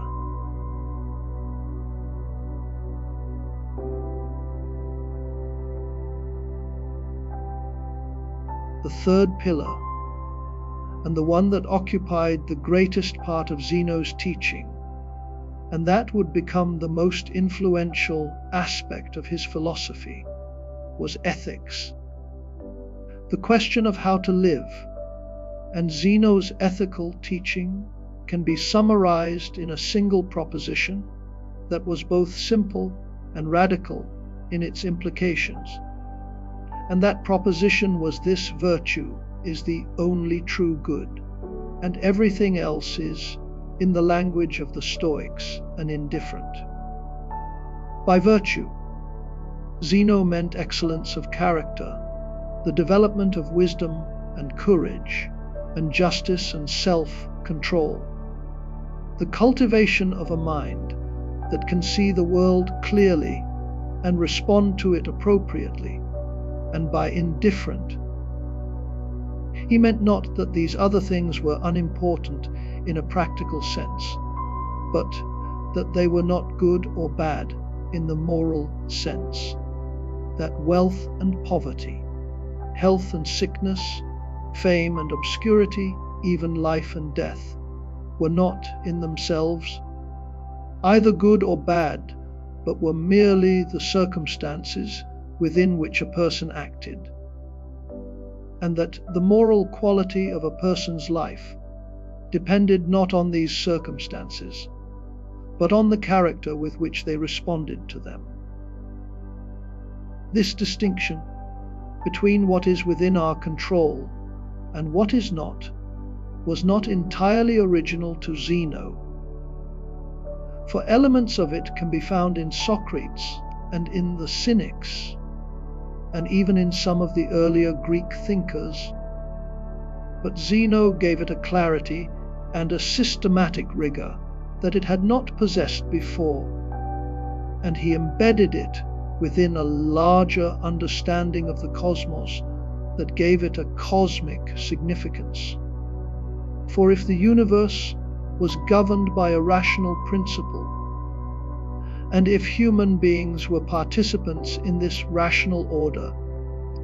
then the cultivation of reason and virtue in the individual was not merely a personal project, but was, in a sense, the fulfillment of one's nature and the fulfillment of one's role in the larger scheme of things. The practical implications of this ethical framework were, for anyone who took it seriously, far-reaching, for if virtue was the only true good, then the pursuit of wealth, which had occupied so much of Zeno's own early life, was not merely a waste of time, but was a positive distraction from the only thing that truly mattered. And the anxiety that accompanied the pursuit and the protection of wealth, the constant worry about loss and the fear of the storm that might take everything away, was not a natural and inevitable feature of human life, but was a self-imposed suffering that arose from a fundamental misunderstanding of what was valuable. And yet, and this was the crucial nuance that distinguished Zeno's Stoicism from the more extreme positions of the Cynics, Zeno did not say that external things were to be despised or rejected, for he understood that human beings have natural preferences, and that there is nothing wrong with preferring health to sickness, or wealth to poverty, or peace to war. And he used the term preferred indifferent to describe the things that it was natural and reasonable to pursue, while maintaining that these things, being outside our control, could not be the foundation of our well-being and could not, therefore, be called good in the strictest sense. This distinction between preferred and dispreferred indifference on the one hand and genuine good and evil on the other was the practical core of Stoic ethics, and it gave those who adopted it a way of engaging with the world that was neither the ascetic withdrawal of the cynic nor the anxious attachment of the conventional person, but a middle path, a way of pursuing the ordinary goods of life without being consumed by the pursuit and without being destroyed when those goods were, as they inevitably would be at some point, taken away. And the implications of this cosmological view for the individual human life were, in Zeno's teaching, profound, for if the universe was a single rational order, and if the human being was a participant in this order, endowed with reason as a gift of the Logos itself, then the task of philosophy was not to escape from the world or to transcend it, but to understand it and to live within it in a way that was consistent with its rational nature. And this meant, in practical terms, cultivating the virtues that are the expression of human reason at its best, the wisdom that sees things clearly, The courage that faces difficulty without flinching, the justice that gives each person their due, and the self-control that resists the pull of impulse and desire toward choices that are rational and appropriate. These four virtues, which Zeno inherited in part from the Platonic tradition, and in part from the common moral vocabulary of Greek culture, became the cornerstones of Stoic ethics, and they were understood not as abstract ideals, but as practical capacities that could be developed through practice and attention, like muscles that grow stronger with use. And the person who developed these capacities fully, who became, in the Stoic terminology, a sage, was someone who lived in complete harmony with the rational order of the cosmos, whose judgments were always correct, whose choices were always appropriate, and who was, as a consequence, completely free from the disturbances that plagued the rest of us, the fear and the anger and the grief and the envy that arise, according to the Stoics, not from external events themselves, but from the mistaken judgments we make about those events.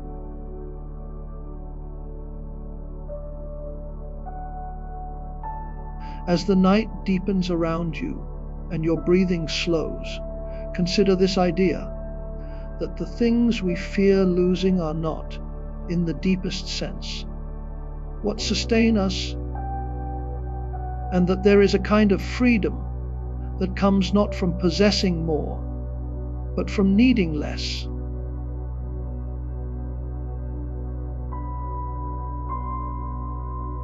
Among the images and analogies that Zeno used to convey his philosophy to his students, there is one that has become perhaps the most famous and the most frequently repeated, and it is the image of a dog tied to a cart. And the comparison, as Zeno presented it, was between this dog and the human being who is being pulled through life by the force of circumstance and necessity. The cart is moving, as carts do, in the direction that its driver intends, and the dog, who is tied to it by a rope, has a choice, and the choice is not whether to be pulled along, for that is not within the dog's power, but whether to be pulled along willingly or reluctantly, whether to trot alongside the cart with its tail wagging, enjoying the motion and the scenery and the warmth of the sun, or to dig in its heels and struggle and be dragged, yelping and miserable, along the same road to the same destination. The destination does not change. The cart does not slow down. The only thing that changes, depending on the dog's choice, is the quality of the journey,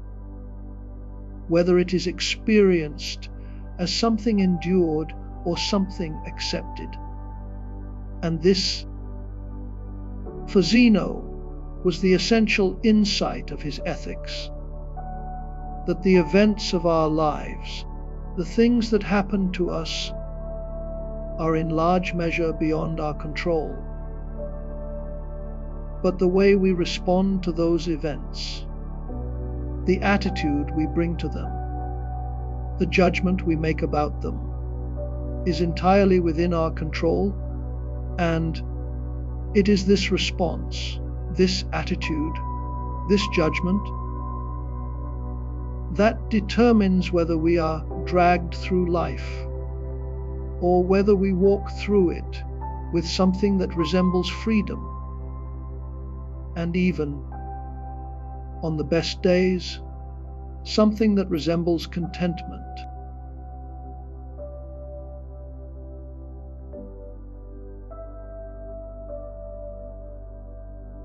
The students who came to the Stoa to listen to Zeno did not always find his teaching easy to accept, for the idea that virtue was the only true good and that everything else was indifferent ran counter to the deepest instincts of human nature, which is to attach enormous importance to the things that happen to us, to our health and our wealth, and our relationships and our reputation, and to feel that our well-being rises and falls with the rise and fall of these external circumstances. And Zeno, who was not a man to soften his message for the sake of popularity, did not pretend that the Stoic path was easy, for he knew from his own experience that the shift from seeing wealth as the foundation of well-being to seeing virtue as the only true good was not a shift that happened overnight, but was a gradual and sometimes painful process of retraining the mind, of learning to notice the automatic judgments that one makes about events, and to question those judgments, to ask, when something unwelcome happens, whether it is truly bad or merely unwelcome, whether it truly threatens one's well-being or merely one's comfort. And this kind of questioning, when practiced consistently over time, begins to change the way the mind works, creating a space between the event and the judgment, a space in which choice becomes possible. And it is in this space Zeno taught that freedom lives. The freedom he spoke of was not political freedom, the freedom to do as one pleases, which he regarded as a relatively superficial kind of liberty, but an inner freedom, a freedom of the mind that allowed a person to remain calm and clear, headed and kind even in the midst of difficulty. And this inner freedom, he maintained, was the only freedom that truly mattered, because it was the only one that could not be taken away.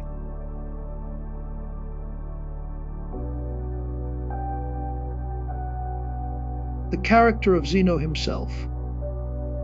as his students and contemporaries described him,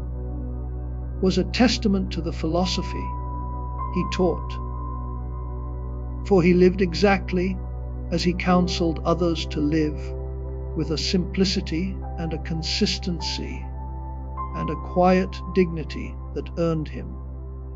over the years, the deep respect not just of his own students,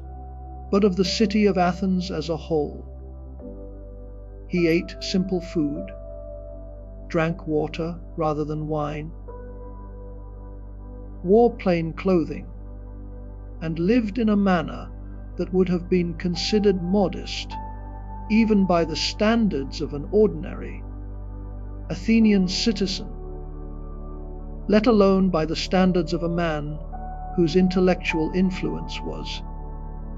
by this point, considerable. And yet there was nothing harsh or self-punishing in his austerity, nothing of the fanatic or the ascetic who denies himself out of a belief that the body or the material world is inherently corrupt. For Zeno's simplicity was not a rejection of the world, but a recognition of what was sufficient a practical acknowledgement that the human being does not need very much in order to live well, and that the pursuit of more than is sufficient is not a path to greater happiness, but a path away from it. He was known for his dry wit, which surfaced in conversation and in his teaching, and for a kindness that expressed itself in practical ways, in the patience with which he answered questions, and the care with which he guided his students through the difficulties of applying Stoic principles to the actual circumstances of their lives. And he was, by all accounts, a man who inspired not awe but affection, not reverence but trust. And this combination of intellectual rigor and personal warmth was, perhaps, the single most important factor in the success of his school, for people came to the Stoa not just to hear ideas, but to be in the presence of a man who embodied those ideas, who was living proof that the philosophy he taught could actually be practiced, and that it produced in the person who practiced it not a cold or rigid or inhuman perfection, but a warm and humane and quietly contented way of being in the world.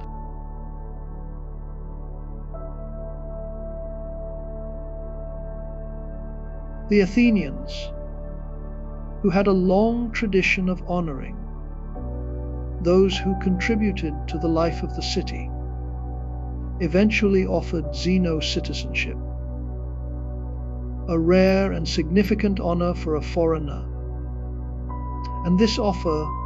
was a recognition not just of Zeno's philosophical achievements, but of the contribution that his school had made to the public life of Athens. For the students of the Stoa went out from the colonnade and carried Zeno's teaching into every corner of the city, and eventually into every corner of the Mediterranean world. And the philosophy that had begun with a shipwrecked merchant sitting in a bookshop in the Agora was now a living tradition, a way of thinking and being that was being practiced by people in Athens and beyond, people who had never met Zeno, but who had encountered his ideas through his students and his writings. For Zeno had, by this point, begun to write down his philosophy in a form that could be transmitted beyond the immediate circle of those who sat in the Stoa and listened to him speak. The writings themselves have not survived, for the works of the early Stoics were among the many casualties of the passage of time. But their influence was preserved through the writings of later Stoic thinkers, who quoted Zeno extensively and who built upon the foundation that he had laid. And in this way, the philosophy of the painted colonnade, the philosophy of a merchant who lost everything and found something infinitely more durable, continued to grow and to develop long after the man himself had passed from the scene, and the school that Zeno founded would, in the centuries that followed, produce some of the most remarkable thinkers of the ancient world, men and women who would carry the Stoic tradition forward through periods of war and peace, and political upheaval, and who would ensure that the quiet voice that had first spoken in a bookshop in Athens would continue to be heard for 2,000 years and more. And as you listen to these words, and as the night settles more deeply around you, let the steady calm of Zeno's presence wash over you like the slow settling of dust after a long day. And let the idea that the most valuable things cannot be taken away carry you gently toward rest.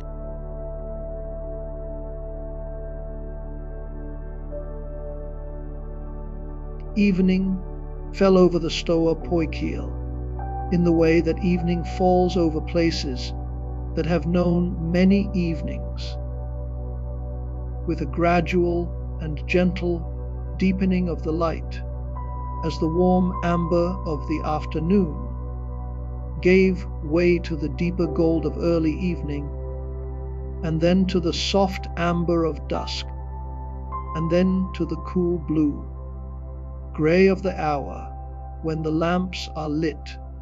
and the shadows begin their slow occupation of the marble floor. The students had gone, as they always did, returning to their homes and their families and their various occupations, and the colonnade, which during the day was alive with conversation and argument, and the quiet rustle of papyrus scrolls being unrolled, was now settling into the particular stillness of a public space after the public has departed, a stillness that is not empty, but full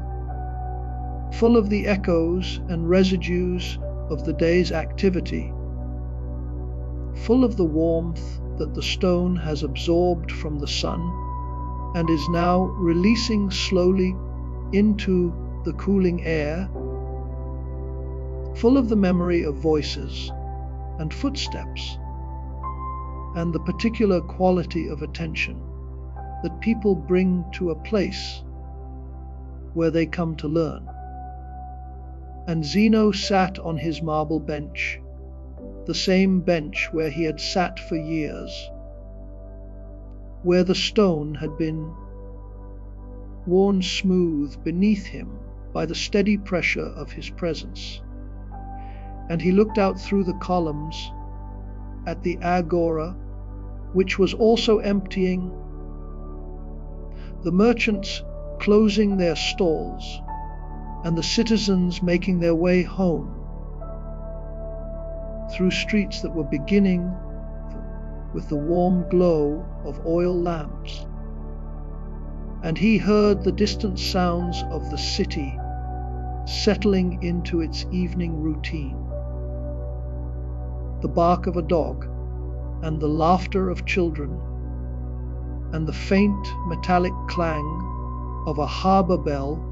carried on the breeze from the Piraeus. And these sounds,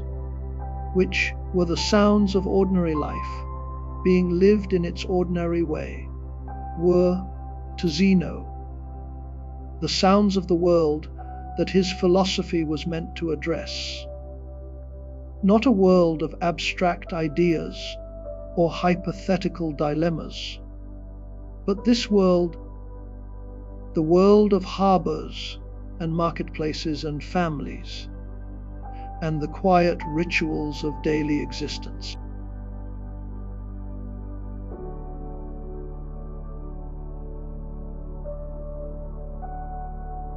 He was an old man now,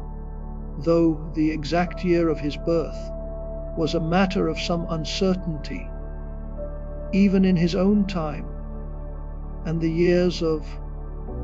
teaching and thinking and living simply had left their marks on him in the way that years always do, in the lines of his face, and the grey of what remained of his hair, and the slow and measured way in which he moved.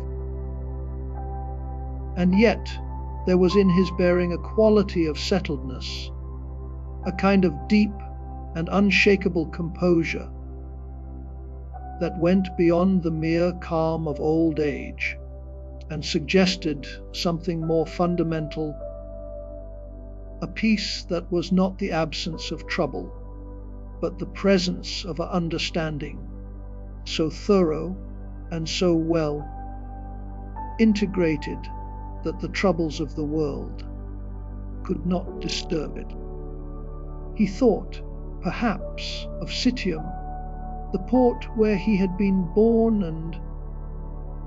where he had spent the first half of his life, and the memory of that place, with its harbour full of ships, and its warehouses full of purple dye, and its air thick with the smell of salt and commerce, must have seemed to him now like the memory of a life lived by someone else, a person he had once been but was no longer, and the distance between that person and the person sitting on this marble bench was not measured in years or in miles, but in understanding, in the slow and patient growth of a wisdom that could not have been acquired in any other way than through the actual living of a life, through the losing and the finding and the long years of study and teaching in between. The painted walls of the Stoa, with their scenes of Marathon, glowed faintly in the lamplight, the ancient pigments catching the warm amber glow and releasing it in a soft and diffuse radiance that made the battle scenes look less like depictions of violence and more like memories of something that had happened long ago and far away, something that belonged to a different age, and that had, in the fullness of time, been absorbed into the larger story that the walls themselves told. A story not of individual battles, but of the endurance of the city, and the persistence of the human spirit through whatever trials the world might present.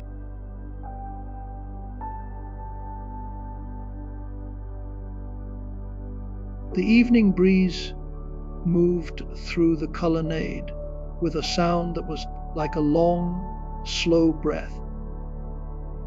stirring the warm air that had been resting in the spaces between the columns and carrying with it, from the direction of the harbour, the faint and familiar smell of the sea, and this smell, which had once been the smell of commerce and of danger, and of everything that Zeno had lost, was now simply the smell of the world, the smell of the place where human beings lived and worked, and sailed their ships and pursued their various purposes, and it no longer carried with it any particular charge of emotion, neither the excitement of a successful voyage, nor the grief of a ship gone down, but was just the smell of salt water and seaweed and the wide and indifferent ocean. And Zeno breathed it in as he sat on his bench, and the breathing was easy and untroubled, the breathing of a man who had made his peace with the sea and with everything that the sea represented, the unpredictability of the world, the impossibility of securing oneself against all possible loss, and the deep and abiding truth that the only security that is genuine is the security that comes from within, from the cultivation of a character that cannot be shaken by external events, because it does not depend on them. And the night deepened, and the lamps burned, and the marble floor of the Stoa held the warmth of the day, and released it slowly into the cool air. And the city of Athens, which had been the home of philosophy for as long as anyone could remember, settled into the quiet of another evening, and in the colonnade, on his worn marble bench, the old merchant from Citium sat in the stillness and was at peace, not because he had found a way to avoid the storms of life, for he had not, but because he had found a way to sail through them without being wrecked, not by building stronger ships or by avoiding the sea altogether, but by learning, through long and patient practice, to accept the wind and the waves as part of the voyage, and to the breeze carried from somewhere in the direction of the harbor. The sound of a single bell, struck once and then falling silent, and the sound floated across the darkened agora and entered the colonnade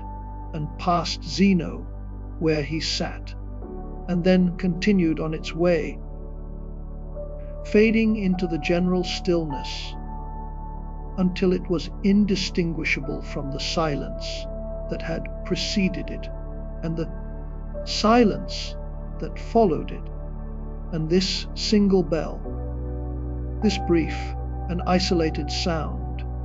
in the vast quiet of the Athenian evening, carried with it, for Zeno, a particular resonance, for it was the sound of the harbor, the sound of the sea, the sound of the world from which he had come, and to which, in a sense, he had returned, not as a merchant with a cargo to deliver, but as a man who had learned, through long and sometimes painful experience, that the harbor and the sea and the world were not enemies to be defended against, but were simply what they were, vast and indifferent and beautiful in their indifference,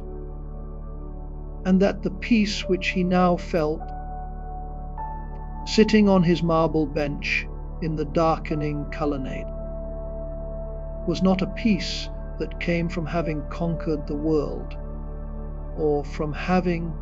insulated himself from it, but from having accepted it, accepted its storms and its calms, its gains and its losses, its beginnings and its endings, and having found in that acceptance a freedom that no cargo of purple dye could ever have purchased and no storm could ever take away.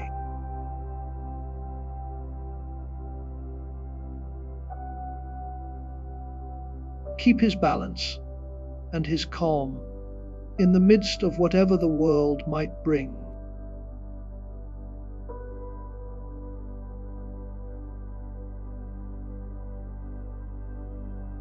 The night has deepened now.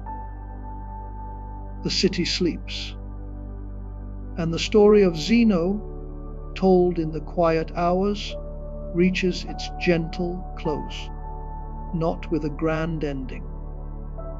but with a simple image: an old man on a bench, a lamp burning low, the sound of the harbor in the distance, the smell of the sea on the breeze. These are the things that remain when everything else has been stripped away. The simple things, the things that were always enough.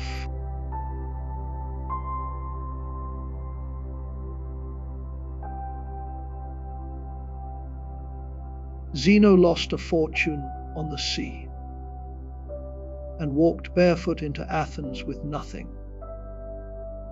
and found in that nothing the beginning of everything that mattered, not through any great effort of will, but through a simple recognition. The recognition that the things he had spent his life pursuing were not the source of his happiness. They never had been. The source was something deeper, something that the storm could not touch.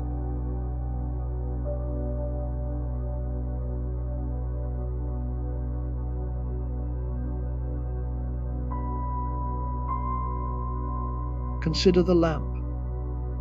It burns. It gives light. It asks nothing. It does not worry about the oil running low.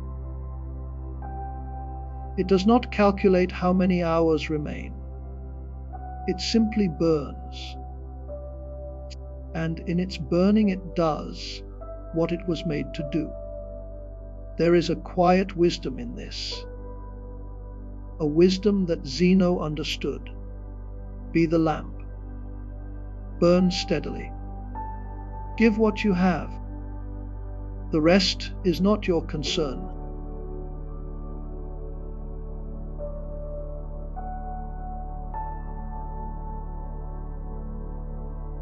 The sea that took Zeno's ship is the same sea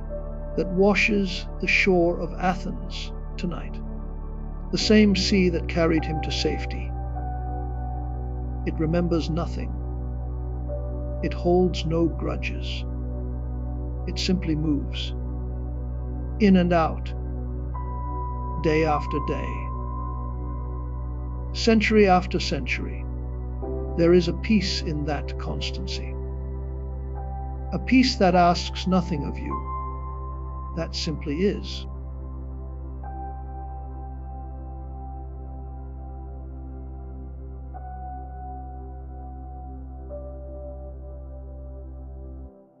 The colonnade is empty now. The marble is cool. The painted walls are dark. But the words that were spoken here have not gone. They have passed from mouth to ear, from scroll to scroll, from generation to generation, across 2,000 years of nights. And tonight they have reached you. In this quiet room, in this gentle hour, let them settle. Let them rest beside you, like the warmth of stone releasing the day's heat into the cool night air.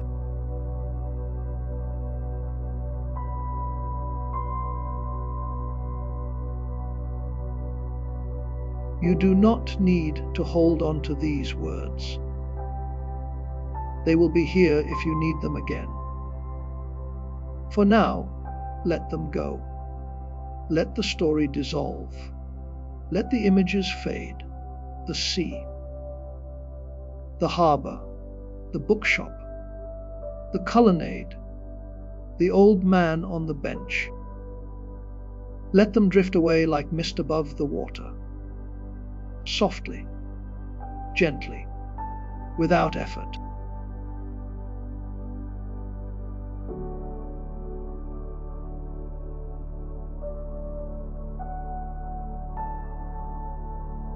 Your body is warm. Your breathing is slow. The day is finished, and you are safe There is nothing left to do tonight. Nothing left to figure out. Nothing left to hold on to. The philosophy of Zeno says this: you cannot control what happens, but you can be at peace with what has happened. And that peace is here now, waiting for you, like a bench in a quiet colonnade, like a lamp in a dark room, like the calm sea at the end of a long voyage.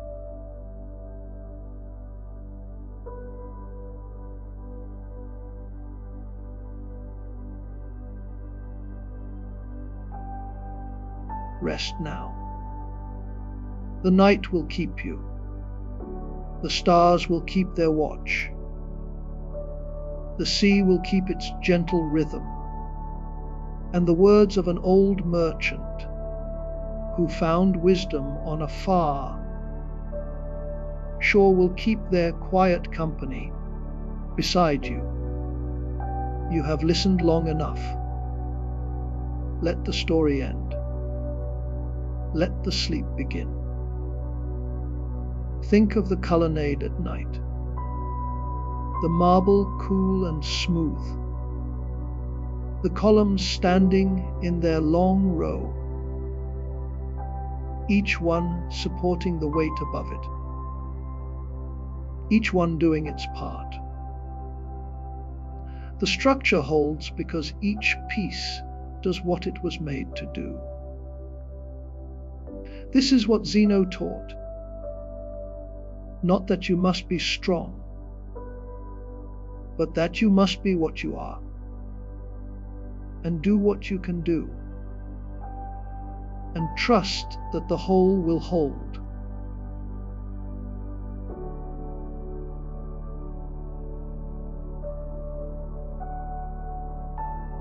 The night air moves through the colonnade. It touches each column in turn. It touches the marble floor. It touches the painted walls. It touches everything equally. The air does not prefer one column to another. It does not judge. It simply moves. And in its moving, it carries the scent of the sea. That ancient salt smell. The smell that once meant danger and loss to a merchant from Citium, and now means nothing more or less than the smell of the world itself. The world that Zeno learned to accept and to move through with quiet steps and an open hand.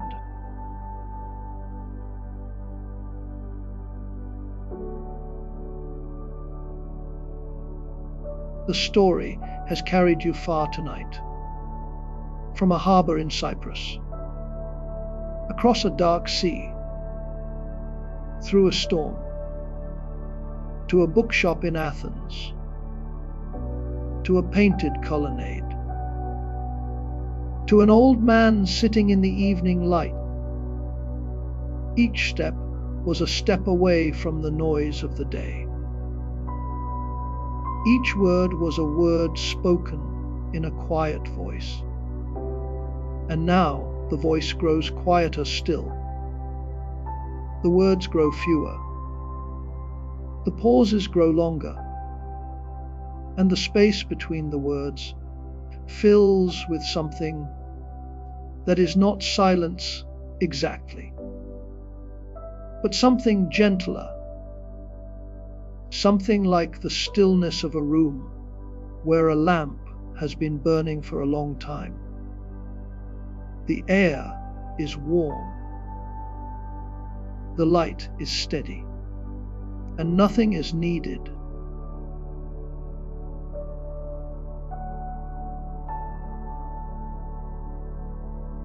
You are safe. You are warm.